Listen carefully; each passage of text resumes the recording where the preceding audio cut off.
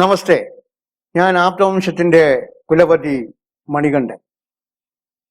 നമുക്കിന്ന് എന്താണ് കാലം എന്നും എന്താണ് കാലപ്രവാഹമെന്നും കാലപ്രവാഹത്തിന്റെ ഘടകങ്ങൾ എന്തൊക്കെയാണെന്ന് പരിശോധിക്കാം. കാലം എന്ന പദത്തിന്റെ നിരുക്തം ഇതാണ്: കാലഹ കാലയതേ ഗതി കർമ്മണ, ഇടതടവില്ലാതെ പോയിക്കൊണ്ടിരിക്കുന്നത് കാലം. അതേ നിരന്തരം പ്രവഹിച്ചു കൊണ്ടിരിക്കുന്നത് കാലം. അപ്പോൾ നിരന്തരം പ്രവഹിക്കുന്നു എന്ന് വിശേഷിപ്പിക്കുമ്പോൾ തന്നെ അതിസൂക്ഷ്മ പിണ്ഡം അതിനുണ്ട്, അത് ദ്രവ്യമാണെന്ന് അർത്ഥം. ഈ പ്രപഞ്ചത്തിന്റെ സർവ ഘടകങ്ങളെയും പ്രപഞ്ചത്തിലെ സർവ്വതിനെയും സൃഷ്ടിക്കുന്ന സോമത്തിന്റെയും സർവ്വതിനും അസ്തിത്വം നൽകുന്ന അഥവാ സർവ്വതിനും നിലനിൽപ്പ് നൽകുന്ന വരുടത്തിന്റെയും ഇടതടവില്ലാത്ത പ്രവാഹത്തെയാണ് കാലം എന്ന് പറയുന്നത്. ഇത് രണ്ടും ഇരുളിന്റെ പ്രവാഹമാണ്, അതായത് സോമത്തിന്റെ പ്രവാഹമാണ്.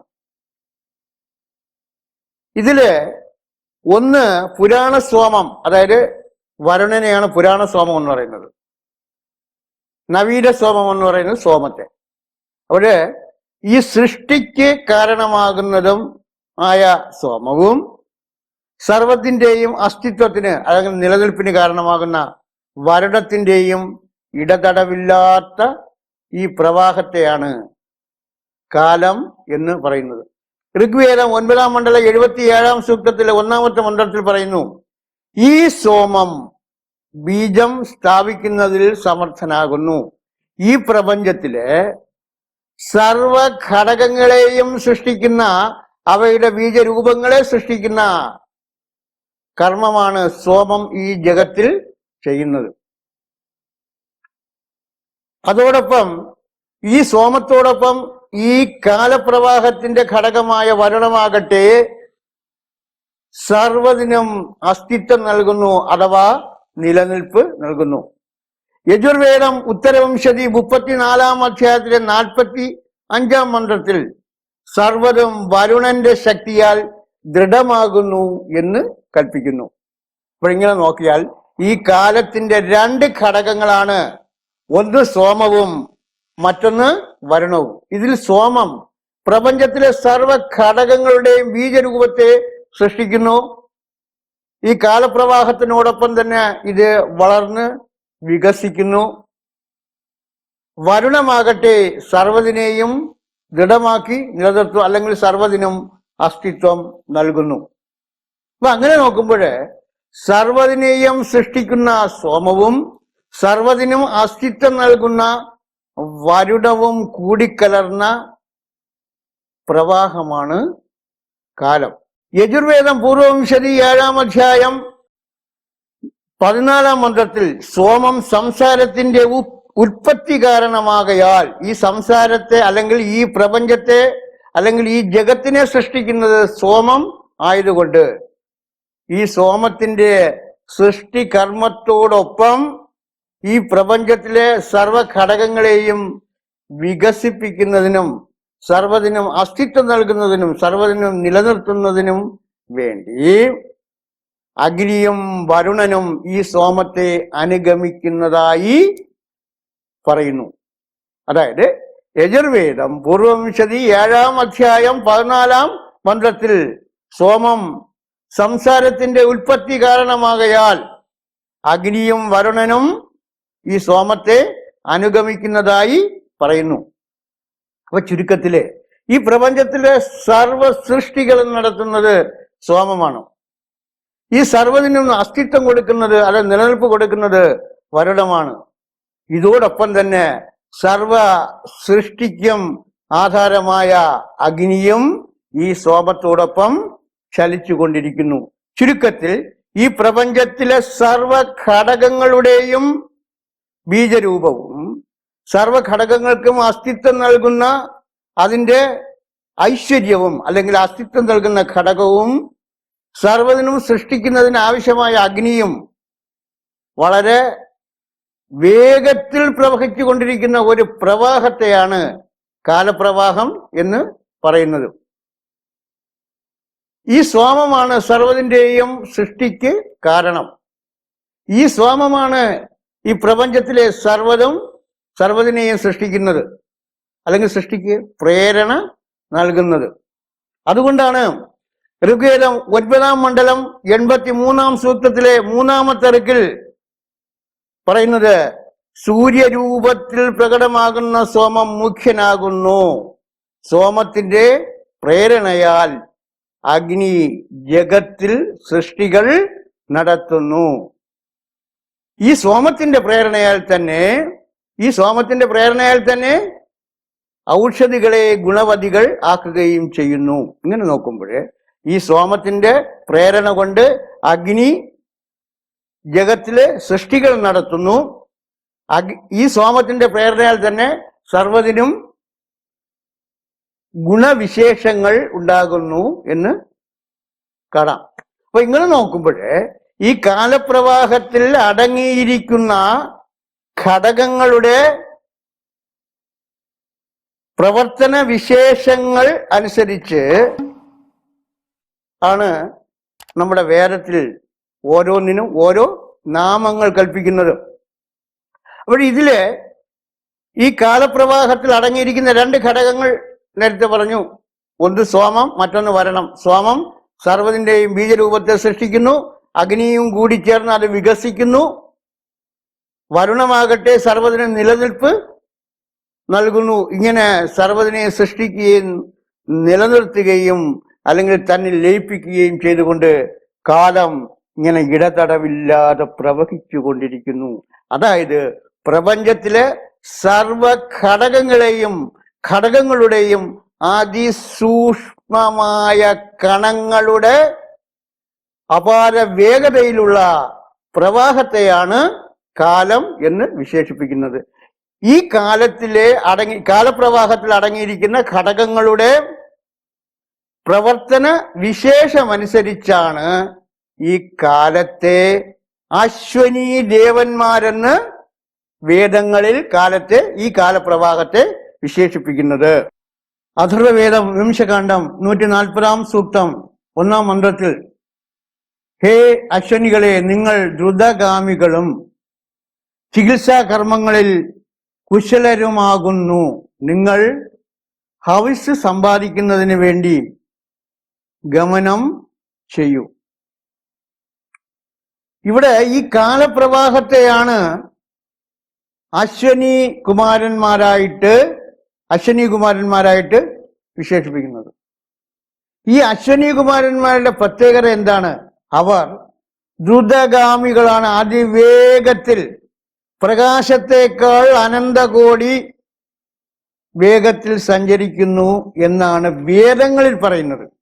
നമ്മുടെ ആധുനിക ശാസ്ത്രം പറയുന്നു പ്രപഞ്ചത്തിൽ ഏറ്റവും വേഗത്തിൽ സഞ്ചരിക്കുന്ന പ്രകാശമാണ്. അല്ല, ഈ അശ്വനി ദേവന്മാരുടെ സഞ്ചാരത്തെക്കുറിച്ച്, അതിന്റെ സമയത്തെക്കുറിച്ചൊക്കെ വേദങ്ങൾ പറയുന്നത് കേൾക്കുമ്പോൾ അശ്വനി കുമാരന്മാരാണ് ഏറ്റവും ദ്രുതഗാമികൾ. അതുപോലെ ദേവവൈദ്യന്മാരായിട്ടാണ് ഈ അശ്വനി കുമാരന്മാരെ പറയുന്നത്. 3-ാമത്തെ ധർമ്മം എന്ന് പറയുന്നത് ഹവിസ് സമ്പാദിക്കുന്നതിന് വേണ്ടി, അതായത് അഗ്നിയിൽ അർപ്പിക്കുന്ന ഹവിസ്, അതായത് സോമമാണ്. സോമത്തിന്റെ പ്രേരണയാലാണ് അഗ്നി സൃഷ്ടികൾ നടത്തുന്നതെന്ന് പറഞ്ഞു. അപ്പൊ അവിടെ ഈ മന്ത്രത്തിലെ ഹവിസ് സമ്പാദിക്കുന്നതിന് എന്ന് പറയുമ്പോൾ സോമത്തെ ഈ കാലപ്രവാഹത്തിൽ ഇങ്ങനെ ചിതറിപ്പോകുന്ന സോമത്തെ വീണ്ടും കാലപ്രവാഹത്തിനോടൊപ്പം കൂട്ടിച്ചേർക്കുന്നതിന് വേണ്ടിയാണ്, ഹവിസ് സമ്പാദിക്കുന്നതിന് വേണ്ടി ആദ്യ ദ്രുതമായിട്ട്, അതായത് അപാര വേഗതയിൽ ഈ കാലപ്രവാഹം അല്ലെങ്കിൽ അശ്വനി ദേവന്മാർ സഞ്ചരിക്കുന്നത് എന്നാണ് ഈ മന്ത്രത്തിന്റെ അർത്ഥം. അപ്പൊ അശ്വനികൾ എന്ന പദത്തിന്റെ നിരുക്തം നമുക്ക് പരിശോധിക്കാം. പ്രശസ്ത അശ്വ സന്ധി യയോ തൗ അശ്വിനൗ. ഏവർക്കാണോ പ്രശസ്തങ്ങളായ അശ്വങ്ങളുള്ളത് അവർ അശ്വനികൾ.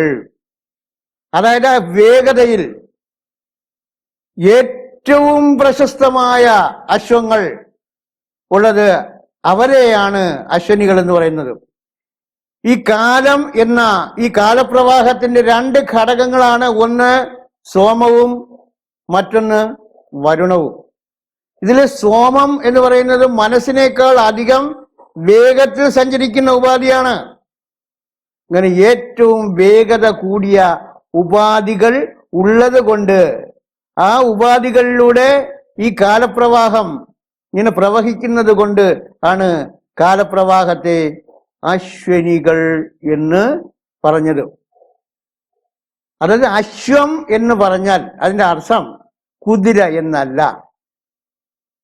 അശ്വഹ ആശു സാരിൻ, വേഗത്തിൽ സഞ്ചരിക്കുന്നത് കൊണ്ട് അശ്വം. സംസ്കൃതത്തിലും അല്ലെങ്കിൽ വേദശൈലികളിലും ശീല ആഗമം ശൈലി, ശീലങ്ങൾ കൊണ്ട് വന്നു ചേർന്നത് എന്നാണ് ശൈലിയുടെ അർത്ഥം. അപ്പൊ ഈ വേദശൈലിയിൽ അതിന്റെ കർമ്മ സാമർഥ്യത്തെ അല്ലെങ്കിൽ കർമ്മ വിശേഷത്തെ ആധാരമാക്കിയാണ് അതിന് നാമം നിശ്ചയിക്കുന്നത്. ഇപ്പൊ അശ്വം എന്ന് പറഞ്ഞാൽ കുതിര എന്നല്ല അർത്ഥം. അശ്വഹ ആശു സാരിൻ, വളരെ വേഗത്തിൽ സഞ്ചരിക്കുന്നത് കൊണ്ട് അശ്വം. കുതിര എന്ന മൃഗം അതിവേഗത്തിൽ സഞ്ചരിക്കുന്നത് കൊണ്ടാണ് കുതിര എന്ന മൃഗത്തെ അശ്വം എന്ന് വിശേഷിപ്പിച്ചത്. അല്ലാതെ അശ്വം എന്നാൽ കുതിര എന്നല്ല അർത്ഥം, അതിവേഗത്തിൽ സഞ്ചരിക്കുന്നത് എന്നാണ് അർത്ഥം. ഇവിടെ ആർക്കാണോ പ്രശസ്തങ്ങളായ അശ്വങ്ങൾ ഉള്ളത്, അഥവാ അതിവേഗത്തിൽ പ്രകാശത്തെക്കാൾ വേഗത്തിൽ സഞ്ചരിക്കുന്ന ഉപാധികളുള്ളത്, അവർ അശ്വനികൾ. ആ രണ്ടുപേർ അശ്വനികൾ. ആ രണ്ടുപേർ ആരാണ്? ഒന്ന് സോമവും മറ്റൊന്ന് വരുണവും. അപ്പൊ സോമത്തിന്റെ പ്രവാഹത്തെ കുറിച്ച് അല്ലെങ്കിൽ സോമത്തിന്റെ ധാരയെ കുറിച്ച് പറയുന്നു. മനസ്സിനേക്കാൾ അധികം വേഗത്തിൽ സഞ്ചരിക്കുന്ന തരംഗങ്ങളാണ് സോമത്തിനുള്ളത്. അപ്പൊ മനസ്സിനേക്കാൾ അധികം വേഗത്തിൽ സഞ്ചരിക്കുന്ന അശ്വസ്വഭാവം, വേഗത്തിൽ സഞ്ചരിക്കുന്ന സ്വഭാവം സോമത്തിനുണ്ട്. സോമത്തിനോടൊപ്പം അല്ലെങ്കിൽ ഈ സോമ തരംഗങ്ങളാണ് പിന്നീട് ഈ വരുണത്തെയും അഗ്നിയെയും കൂടി വഹിച്ചുകൊണ്ട് അതിവേഗം ഇടതടവില്ലാതെ അതിവേഗം പ്രവഹിക്കുന്നത്. അപ്പം ഈ കാലപ്രവാഹം ഏറ്റവും ഈ പ്രപഞ്ചത്തിൽ ഏറ്റവും വേഗതയുള്ള പ്രവാഹമാണ് കാലപ്രവാഹം. പ്രകാശത്തേക്കാൾ അനന്ത കോടി മടങ്ങ് വേഗത ഉണ്ട് എന്നാണ് 4 വേദങ്ങളും സാക്ഷ്യപ്പെടുത്തുന്നത്. അത്രയും വേഗത്തിൽ സഞ്ചരിക്കുന്ന ഉപാധികൾ ഉള്ളത് കൊണ്ടാണ് കാലപ്രവാഹത്തെ അശ്വനികൾ എന്ന് വേദങ്ങളിൽ വിശേഷിപ്പിക്കുന്നത്. ഇനിയും ഈ ചികിത്സകർ, ഈ അശ്വനി ദേവന്മാര് ദേവ ചികിത്സകരാണ്, ദേവവൈദ്യന്മാരായിട്ടാണ് പറയുന്നത്. അപ്പോൾ എന്താണ് ദേവമെന്ന് കഴിഞ്ഞ എപ്പിസോഡിൽ പറഞ്ഞു. അതിന് മുമ്പുള്ള കഴിഞ്ഞ എപ്പിസോഡുകളിൽ പലയിടത്തും പറഞ്ഞിട്ടുള്ളതാണ്. പ്രപഞ്ച ഘടകങ്ങളെയാണ് ദേവകൾ എന്ന് പറയുന്നത്. ഉദാഹരണം, അഥർവവേദം 10-ാം കാണ്ഡം 8-ാം സൂക്തത്തിലെ 31-ാം മന്ത്രത്തിൽ അവി എന്ന ദേവന്റെ രൂപത്തിൽ ഇലകളിൽ പച്ച നിറം കാണപ്പെടുന്നു. അപ്പൊ ഇലകൾക്ക് പച്ച നിറം കൊടുക്കുന്ന ക്ലോറോഫിൽ എന്ന രാസഘടകത്തെയാണ് അഥർവവേദത്തിൽ അവി എന്ന ദേവനായി പറയുന്നത്. ഇപ്പോൾ മനസ്സിലായല്ലോ? ഇത്തരത്തിൽ 33 കോടി പ്രപഞ്ച ഘടകങ്ങൾ, അടിസ്ഥാന ഘടകങ്ങൾ, ഈ പ്രപഞ്ചത്തിന്റെ അടിസ്ഥാന കോമ്പിനേഷൻ ഉണ്ട്.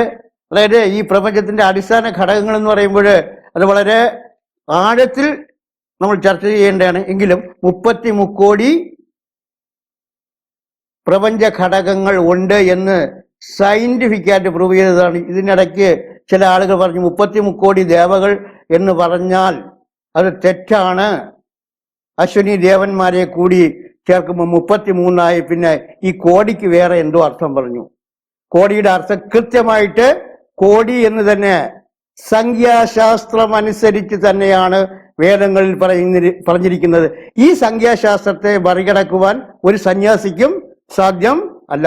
യജുർവേദം ഉത്തരവിംശതി 33-ാം അധ്യായത്തിലെ 7-ാമത്തെ മന്ത്രത്തിൽ 30 മുക്കോടി ദേവകൾ അഗ്നിയെ സേവിക്കുന്നതായി പറയുന്നു.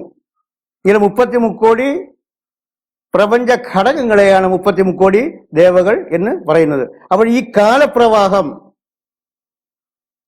അതിവേഗത്തിൽ, പ്രകാശത്തെക്കാൾ അധികം വേഗത്തിൽ പ്രവഹിക്കുന്ന ഈ കാലപ്രവാഹം പ്രപഞ്ച ഘടകങ്ങളുടെ പ്രവർത്തനങ്ങളെ സമതുലനം ചെയ്തുകൊണ്ടും സർവ്വതിനെയും ക്രമപ്പെടുത്തിക്കൊണ്ടും പ്രപഞ്ച സമതുലന കർമ്മം നിർവഹിച്ചുകൊണ്ട് അതിവേഗത്തിൽ ഇങ്ങനെ പ്രസരിച്ചു പോകുന്നു. പ്രപഞ്ച ഘടകങ്ങളെ ദേവകൾ എന്ന് വേദശൈലി അനുസരിച്ച് വിശേഷിപ്പിക്കുന്നത് കൊണ്ടാണ് ഈ പ്രപഞ്ച ഘടകങ്ങളെ ക്രമപ്പെടുത്തി സ്വസ്ഥമാക്കി പ്രപഞ്ച സമതുലനം ചെയ്യുന്ന കാലപ്രവാഹത്തിന് അശ്വനി ദേവന്മാർ എന്ന്, കാലപ്രവാഹത്തെ അശ്വനി ദേവന്മാരെന്ന് വിശേഷിപ്പിച്ചത്. ഈ കാലപ്രവാഹം വിവിധ തരത്തിൽ നഷ്ടമായി പോകുന്ന സോമത്തെ, സോമം എന്ന് പറയുന്ന ആകർഷണ തത്വമാണ്.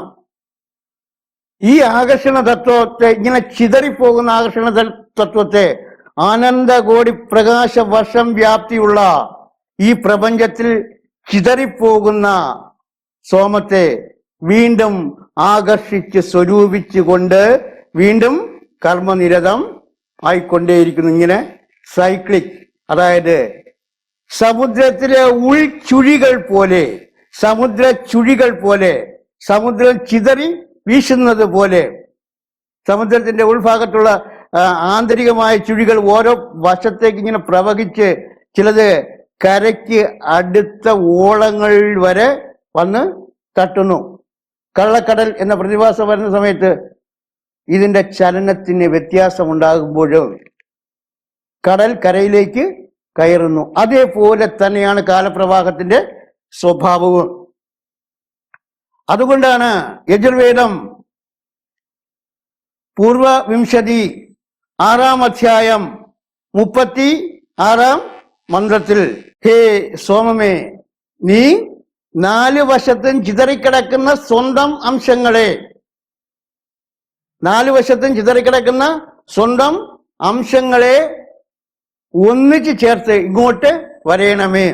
അപ്പൊ ഈ കാലപ്രവാഹം എന്ന് പറയുന്നത് സോമത്തിന്റെ പ്രവാഹമാണ്.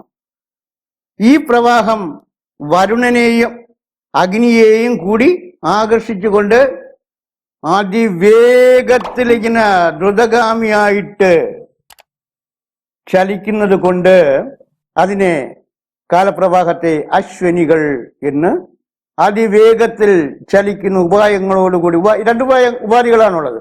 സോമം എന്ന് പറയുന്നതും വരണം എന്ന് പറയുന്ന ഉപാധികളാണ് ഈ കാലപ്രവാഹത്തിനുള്ളത്. അത് പ്രപഞ്ചത്തിലെ ഏറ്റവും വേഗത്തിൽ ചലിക്കുന്ന ആശുസാരിൻ എന്ന് പറയും, അത് വേഗത്തിൽ ചലിക്കുന്ന ഉപായങ്ങളാണ്.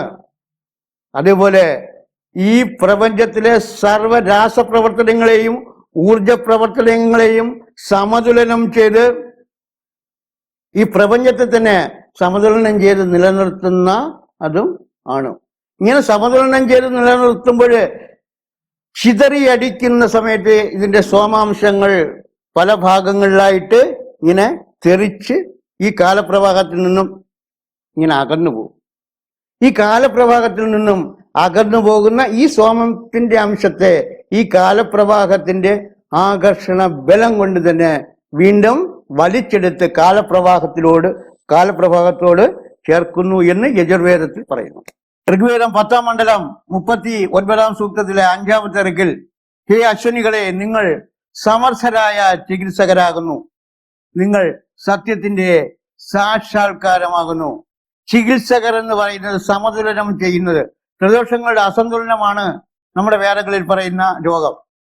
സർവ പ്രവർത്തനങ്ങളെ സമതുലനം ചെയ്യുന്നതിനാണ് ഈ പ്രപഞ്ചത്തിലെ സർവ ഘടകങ്ങളെയും അതിന്റെ വീര്യ സമതുലനം ചെയ്തുകൊണ്ട് പ്രപഞ്ചത്തെ തന്നെ സമതുലനം ചെയ്ത് നിലനിർത്തിക്കൊണ്ട് പ്രവഹിക്കുന്ന ഈ കാലപ്രവാഹം സത്യത്തിന്റെ സാക്ഷാത്കാരമാകുന്നു. അതായത് ആകർഷണ ബലത്തിന്റെ കർമ്മപൂർത്തി ആകുന്നു. സത്യം എന്ന പദത്തിന് വേദങ്ങൾ കൊണ്ട് ഉദ്ദേശിക്കുന്നത് ഒന്നിന്റെ തനതായ ആകർഷണ ബലം. ഓരോ ഘടകത്തിന്റെയും തനതായ ആകർഷണ ബലം കൊണ്ടാണ് അത് മറ്റ് ഘടകങ്ങളെ ആകർഷിക്കുന്നത്. ഇങ്ങനെ ആകർഷിക്കുമ്പോൾ ഓരോ ഘടകവും അതിന്റെ തനതായ ആകർഷണ ബലം അനുസരിച്ച് തമ്മിൽ ആകർഷിച്ച് ക്രമപ്പെട്ട് വരുന്നു. ഇങ്ങനെ സർവ്വതിനെയും ക്രമപ്പെടുത്തുന്ന അതേ ആകർഷണ ബലം ഒരുമിച്ച് ചേർന്ന് സമതുലനം ചെയ്ത് സർവ്വതും നിലനിർത്തുന്നു. അങ്ങനെ പ്രപഞ്ച ഘടകങ്ങളെ മുഴുവനും ആപേക്ഷികമായി ക്രമപ്പെടുത്തുകയും സമതുലനം ചെയ്ത് നിലനിർത്തുകയും ചെയ്യുന്ന പ്രക്രിയയാണ് ധർമ്മം എന്ന് പറയുന്ന നിത്യമായ പ്രപഞ്ച ക്രമീകരണ സമതുലന വ്യവസ്ഥയാണ് സനാതന ധർമ്മം. ഈ ഒരു അല്ലെങ്കിൽ സനാതന ധർമ്മത്തെ വളരെ ചുരുക്കത്തിൽ അറിയാവുന്ന അല്ലെങ്കിൽ ശരിക്കും ഇങ്ങനെ മനസ്സിലാക്കുക. സത്യത്തിന്റെ സാക്ഷാത്കാരമാണ് ഈ സനാതന ധർമ്മം ത്തിന്റെ അടിസ്ഥാന ഘടകമായ സത്യം. അതായത് ഓരോന്നിന്റെയും ആകർഷണ വിശേഷം ആണ് സത്യം. ഈ സത്യത്തിന്റെ സാക്ഷാത്കാരമാണ് ഈ അശ്വനി ദേവന്മാരുടെ പ്രവർത്തനം എന്ന് ഋഗ്വേദം 10-ാം മണ്ഡലം 39-ാം സൂക്തത്തിൽ 5-ാമത്തെ ഋക്കിൽ പറയുന്നു. ഈ ആകർഷണ ബലം, ഈ പ്രപഞ്ചത്തിന്റെ ആകർഷണ ബലം സോമത്തിലാണ് അടങ്ങിയിരിക്കുന്നത്. അതുകൊണ്ടാണ് സോമത്തെ സത്യഭൂതമേ എന്ന് വിശേഷിപ്പിക്കുന്നത്. ഋഗ്വേദം 9-ാം മണ്ഡലം 76-ാം സൂക്തത്തിലെ 4-ാമത്തെ ഋക്കിൽ സോമത്തെ സത്യഭൂതമായി വിശേഷിപ്പിക്കുന്നു. സത്യഭൂതമായ ഈ സോമം കാന്തിക കർമാവാണ്. വളരെയധികം ആകർഷണ ബലമുള്ള കാന്തിക ശക്തിയാണ്. ഈ പ്രപഞ്ചത്തിന്റെ കാന്തിക ശക്തിയാണ് സോമമെന്ന് പറയുന്നത്.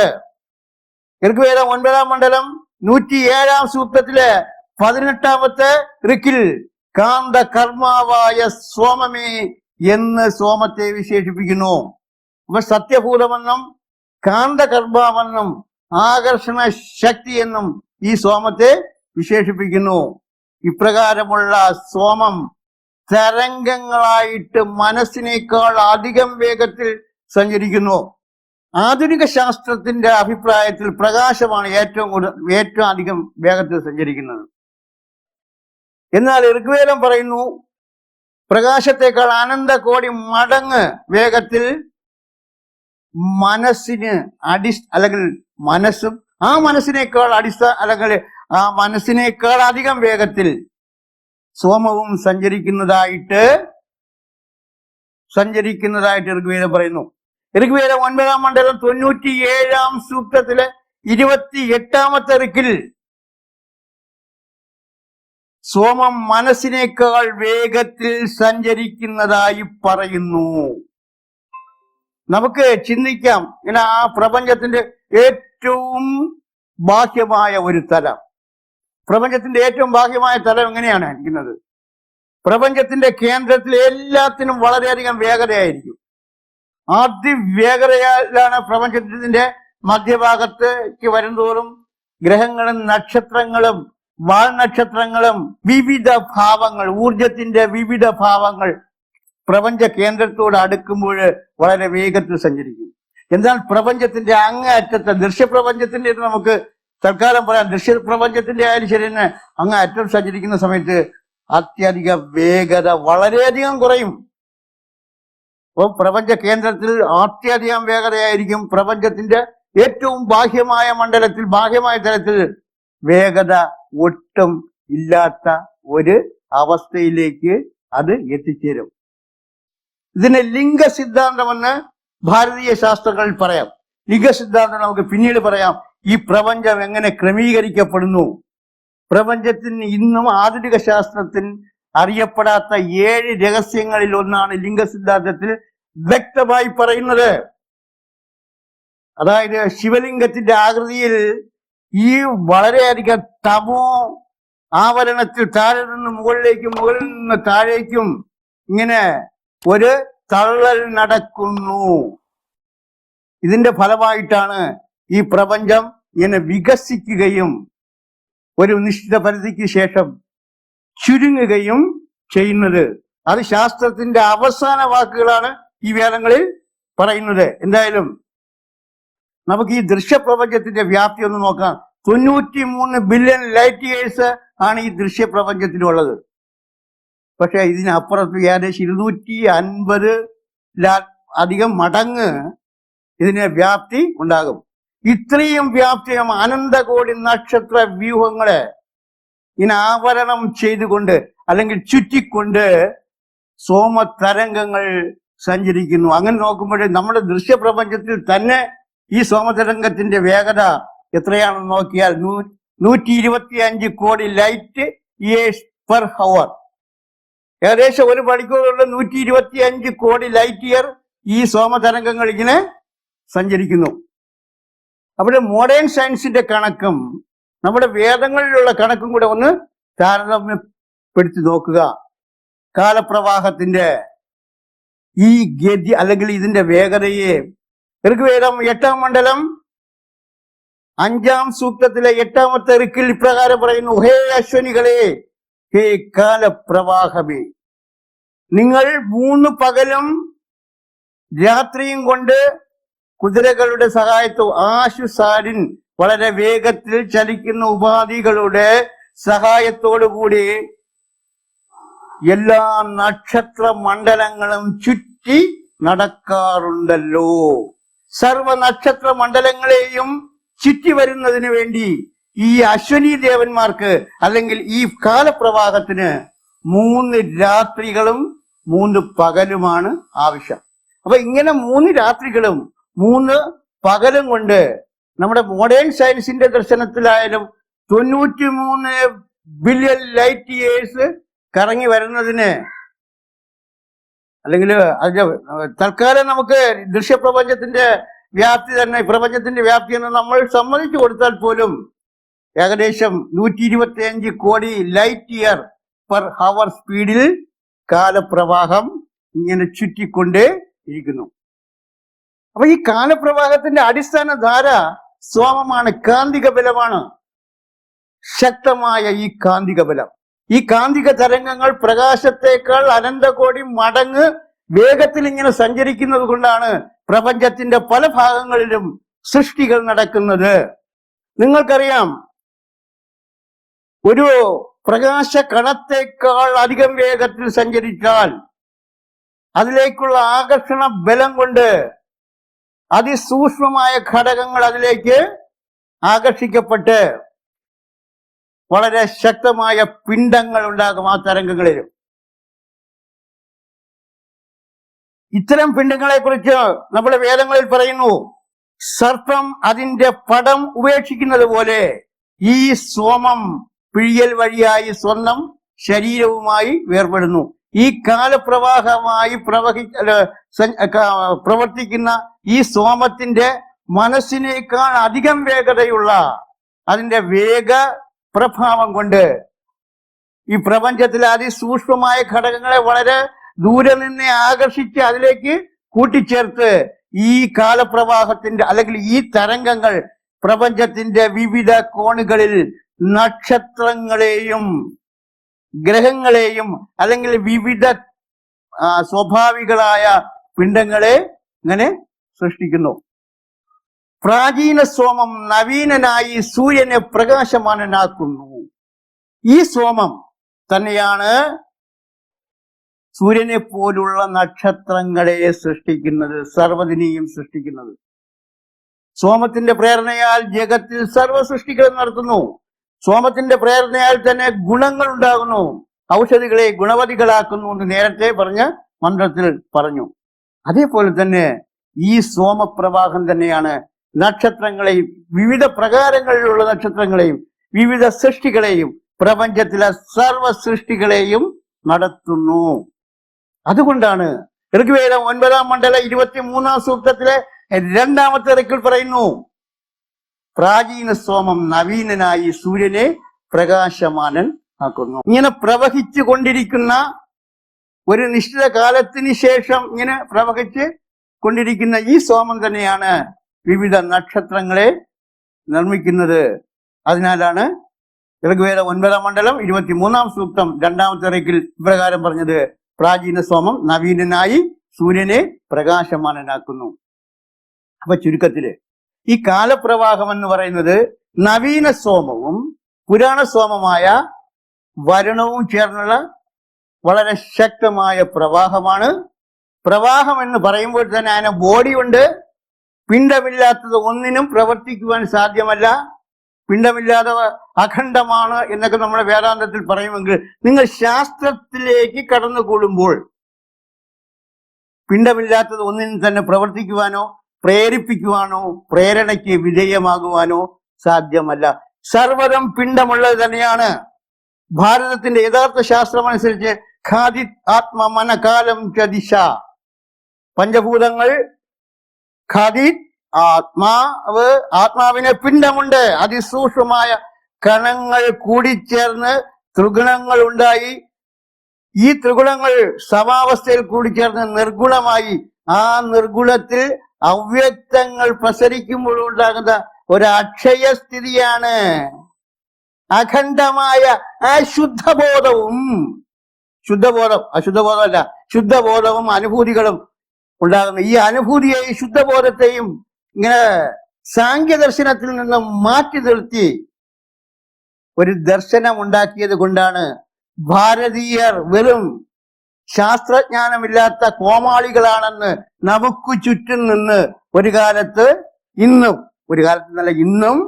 വിദേശികൾ നമ്മെ കളിയാക്കുന്നത്. അല്ല, സർവശാസ്ത്രങ്ങളുടെയും കലകളുടെയും മാതാവ് ഭാരതമാണ്. നിങ്ങൾ വേദങ്ങൾ വളരെ വ്യക്തമായി പഠിക്കുക. വേദങ്ങളിലെ ഓരോ സംജ്ഞകളും, അതായത് വേദങ്ങളിൽ പറയുന്ന ഓരോ ദേവന്മാരും ദേവിമാരും എന്താണ്, ഈ പ്രപഞ്ചത്തിലെ ഏതേത് ഘടകങ്ങളാണെന്നും അതിന്റെ അടിസ്ഥാന പ്രവൃത്തിയുടെ കാര്യകാരണങ്ങൾ എന്താണെന്നും വ്യക്തമായിട്ട് തന്നെ വേദങ്ങളിൽ രേഖപ്പെടുത്തിയിട്ടുണ്ട്. അത് നിങ്ങൾ അഭ്യസിക്കുക. അതിനെ മുഴുവനും ലയിപ്പിച്ചുകൊണ്ട്, അതിനെ മുഴുവനും പ്രകടമാക്കിക്കൊണ്ട് ഇങ്ങനെ പ്രവഹിക്കുന്ന സോമ വരുണ പ്രവാഹമാണ് കാലം.